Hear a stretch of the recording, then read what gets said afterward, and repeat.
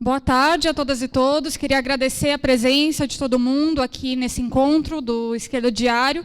Então, vou fazer uma breve introdução para passar a palavra para o companheiro Nicolás Del Canho, da Argentina, como a Marília já apresentou. Que o objetivo que a gente está tendo aqui com esse encontro é justamente a gente conhecer mais da experiência na Argentina, né, como que a esquerda veio se organizando nos últimos anos e como que a esquerda está se preparando para a situação política atual que eles estão vivendo agora, onde o candidato da oposição de direita acabou de vencer as eleições. Esse debate a gente vai fazer num momento em que existe um choque das burguesias na América Latina com o movimento de massas, fruto da crise econômica internacional, que é o que a gente vem chamando de fim de ciclo latino-americano. Na Argentina acabou de ter as eleições, o candidato da oposição de direita, que é o Maurício Macri, ele venceu as eleições e já anunciou a aplicação de um plano de ajuste.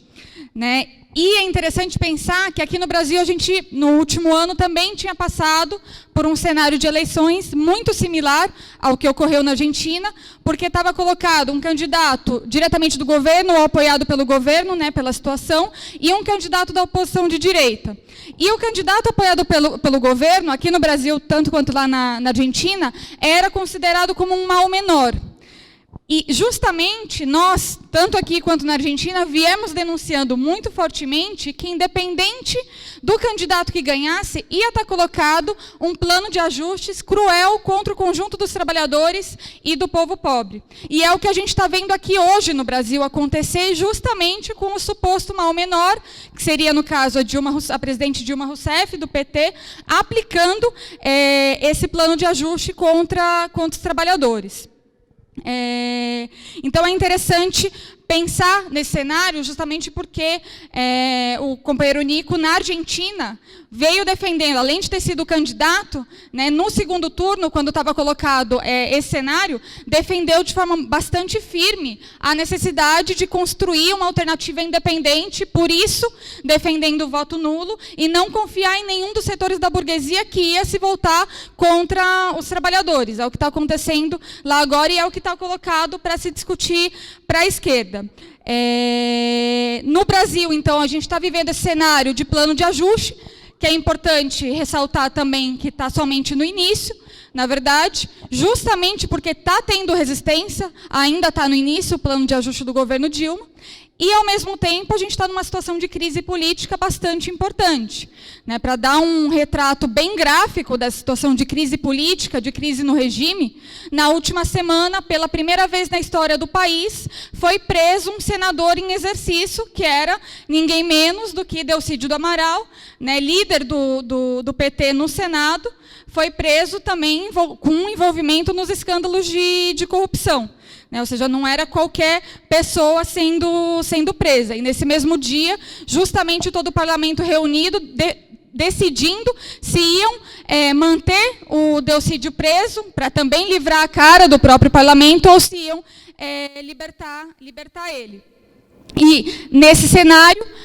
todos os políticos corruptos permanecem impunes, frente a tanta corrupção, e a gente está vendo uma situação onde o conjunto das massas não aguenta mais conviver com tamanha corrupção por parte desses políticos que só querem fazer política para enriquecer às custas dos trabalhadores e do povo pobre. E nesse cenário, acho que o que é mais interessante de destacar, até para a gente poder pensar esse paralelo entre Brasil e Argentina, que é o que a gente vai debater aqui hoje, é que a gente está vivendo um pano de fundo no Brasil de bastante resistência operária, da juventude e das mulheres. E justamente na Argentina, uma das lições importantes que a gente pode tirar é a preparação que a esquerda teve nos últimos anos para poder se preparar para um cenário de ajustes. Aqui no Brasil, a gente está vivendo esse cenário de ajustes com uma esquerda não tão preparada para intervir nos processos de luta de classes e fazer diferença. E se a gente for avaliar, essa resistência que a gente está vendo aqui no Brasil expressa uma vontade de passar por cima das burocracias sindicais, né, da CUT, no movimento estudantil da própria UNE, entre outras. Ou seja, uma vontade dos setores que resistem ao plano de ajustes a passar por cima desses setores, mas ainda não conseguem ver uma alternativa, de fato, onde se organizar, onde canalizar todo esse sentimento. Para citar um pouco esse pano de fundo da resistência, a gente pode citar o que ocorreu nas fábricas, né? Foram dezenas de greves em fábricas aqui no Brasil, na Volkswagen, na Mercedes e tantas outras, onde inclusive chegou a ter resistência direta ao plano de ajustes, que estava sendo colocado diretamente pela burocracia sindical, que é a CUT, né, querendo impor um chamado plano de proteção ao emprego, que na realidade protege os empresários, né, uma forma de diminuir o salário dos trabalhadores, e que vinha junto também com a ameaça de demissões e com demissões de fato em uma série de fábricas. As derrotas que foram acontecendo não passaram sem resistência, né? Esse foi o ano também que a gente viu greves muito importantes de professores em vários estados, aqui em São Paulo, uma greve muito importante no Paraná, também enfrentando a crise sendo descarregada sobre a educação pública, e greves importantes também, como a greve de Correios, a greve de bancários, que também foram enfrentando essa retirada de direitos, né? Entre trabalhadores da USP,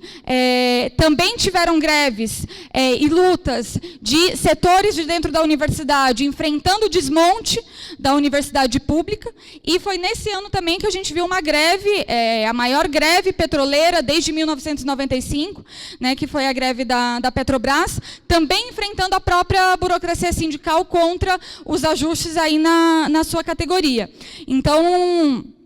a gente viu no movimento operário uma série de lutas em curso que continuam ocorrendo. Na juventude, o ponto mais alto da resistência esse ano que a gente tem visto é justamente o processo de ocupações de escolas. São mais de 190 escolas ocupadas aqui em São Paulo, contra o plano de precarização, de fechamento das escolas, que está sendo levado adiante pelo governo Alckmin, do PSDB, aqui em São Paulo. Nas universidades também começa a ter luta,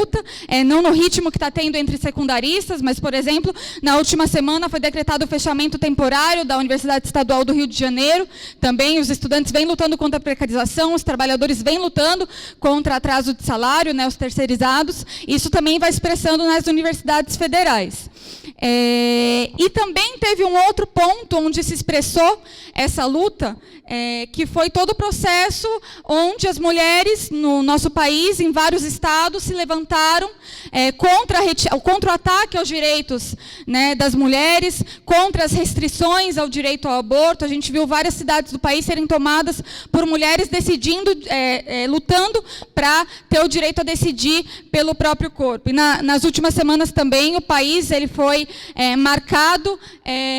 por uma tragédia capitalista, né, que é a tragédia que ocorreu em Mariana, Minas Gerais, né, que indignou setores de massas no nosso país e que leva diretamente à ideia de que o capitalismo não vai mais, não dá mais para manter essa situação onde as empresas só pensam no lucro e não pensam na situação dos trabalhadores, inclusive na situação da natureza, enfim, tudo isso que a gente está vendo acontecer. Então, essas expressões de resistência que a gente está vendo aqui no Brasil, que é o pano de fundo com o qual a gente traz o companheiro Nicolás Del Canho para debater a experiência na Argentina, coloca com uma urgência muito grande que a gente não pode perder tempo, não podemos deixar passar nenhuma oportunidade para a esquerda confluir com esses setores que estão resistindo, porque é na luta de classes que é o caminho de uma esquerda que realmente pode ser alternativa, independente à direita e o governo. E a gente acha que a experiência na Argentina contribui muitíssimo para pensar o caminho que a gente tem que levar adiante aqui no Brasil.